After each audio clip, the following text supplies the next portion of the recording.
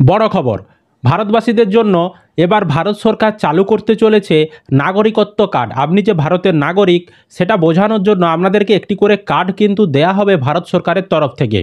তো এই কার্ডটি থাকলে আপনারা নানান সুযোগ সুবিধা পাবেন। এছাড়াও বর্তমানে ওই কার্ডটি না থাকার জন্য অনেককে নানান অসুবিধার মধ্যে পড়তে হয়। তো এই নাগরিকত্ব কার্ড বানানো নিয়ে কেন্দ্র সরকার কি বলছে, কিভাবে বানানো হবে, কি কি পর্যায়ের পর ওই কার্ড দেওয়া হবে, কবে ওই কার্ড দেওয়া হবে, সম্পূর্ণ বিস্তারিত আলোচনা আমরা আজকের এই ভিডিওতে করব। তো অবশ্যই ভিডিওটি আপনাদের উপকারে আসবে, শেষ পর্যন্ত ভিডিওটি দেখতে থাকুন। চ্যানেলে নতুন হলে এই ধরনের আপডেটগুলো পাওয়ার জন্য অবশ্যই কিন্তু চ্যানেলটিকে সাবস্ক্রাইব করে রাখবেন। বন্ধুদেরকে ভিডিওটা বেশি বেশি করে শেয়ার করে সকলকে খবরটি জানতে সাহায্য করবেন। আর ফেসবুক থেকে যারা ভিডিওটিকে দেখছেন অবশ্যই কিন্তু পেজটি ফলো করে রাখবেন। চলুন আমাদেরকে আমি স্ক্রিনে সমস্ত কিছু দেখাচ্ছি কি বলা হচ্ছে এই সংক্রান্ত আপডেটে। দেখুন, এই সংক্রান্ত আপডেটে বলা হচ্ছে এসআইআর থেকে সেন্সাস সব পর্ব মিটে গেলে মোদী সরকার জাতীয় নাগরিকত্ব কার্ড ইস্যু করার কথা ভাবতে পারে, এমনই আলোচনা চলছে সরকারের অন্দরে। সেই জন্য সেন্সাসের পর এনআরসি হতে পারে দেশ জুড়ে, অর্থাৎ এসআইআর, সেন্সাস, এনআরসি, তারপর নাগরিকত্ব কার্ড। যদিও সবথেকে বড় ধোঁয়াশা তৈরি হয়েছে ন্যাশনাল পপুলেশন রেজিস্টার্ড এনপিআর নিয়ে, কারণ সেন্সাসের সঙ্গে এনপিআর হওয়ার কথা। 2011 সালের সেন্সাসের কাজ যখন চলছিল সেই সময় সেন্সাসের পাশাপাশি এনপিআরও তৈরি হয়েছিল।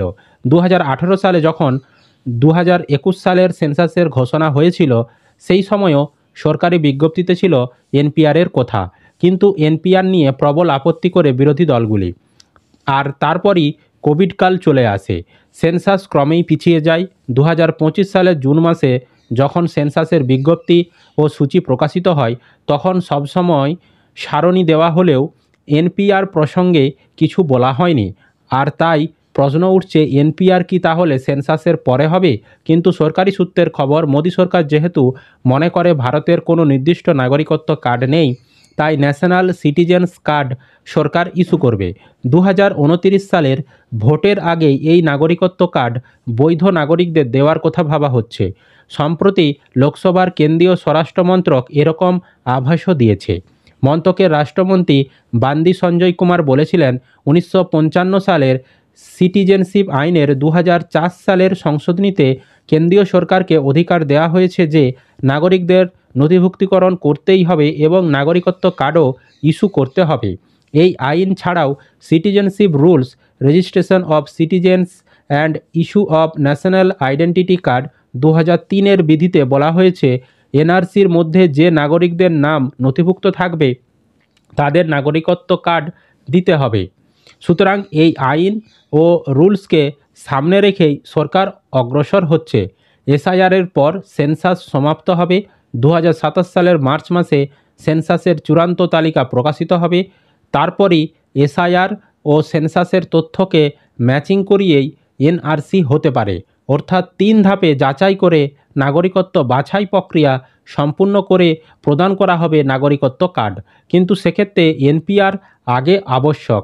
আপাতত 2015 সালের আপডেট করা এনপিআর আছে, সেখানে 119 কোটি রয়েছে নথিভুক্ত নাগরিক। সুতরাং এখানে দেখতেই পাচ্ছেন যে বলা হচ্ছে এসআইআর, তারপর যে সেন্সাস, এই সমস্ত কাজগুলো করার পর হয়তো এনআরসিও চালু করতে পারে। তারপরে সমস্ত ঝাড়াই বাছাইয়ের পর যারা বৈধ নাগরিক হবেন তাদের কিন্তু একটি করে ভারতের নাগরিক হিসাবে নাগরিকত্ব কার্ড দেয়া হবে। এরকমটাই কেন্দ্র সরকার ভাবনা চিন্তা করছে। তবে এই নিয়ে সরকারিভাবে কোনো এখনও বিজ্ঞপ্তি প্রকাশিত হয়নি। বিভিন্ন বলতে পারেন সংবাদ মাধ্যম বা খবরের যে পত্রিকাগুলো সেখানে কিন্তু এই বিষয়ে আর্টিকেল প্রকাশিত হয়েছে, প্রতিবেদন প্রকাশিত হয়েছে, সেটাই আপনাদেরকে আমরা দেখালাম। তো আপনারা কি চান যে এই ধরনের কার্ড আমাদের ভারতবর্ষে চালু করা উচিত কিনা এবং এটা চালু করলে কতটা আপনারা সুবিধা পাবেন? এছাড়াও এনআরসি বা সেন্সাস এই সমস্ত হওয়া উচিত কিনা ভারতবর্ষে, অবশ্যই সেটা আপনারা কমেন্ট করে জানাবেন। ভিডিও ভালো লাগলে অবশ্যই লাইক করবেন, বন্ধুদেরকে ভিডিওটা বেশি বেশি করে শেয়ার করে সকলকে খবরটি জানতে সাহায্য করবেন। চ্যানেলে নতুন হলে এই ধরনের আপডেট পেতে চ্যানেলটিকে সাবস্ক্রাইব করবেন।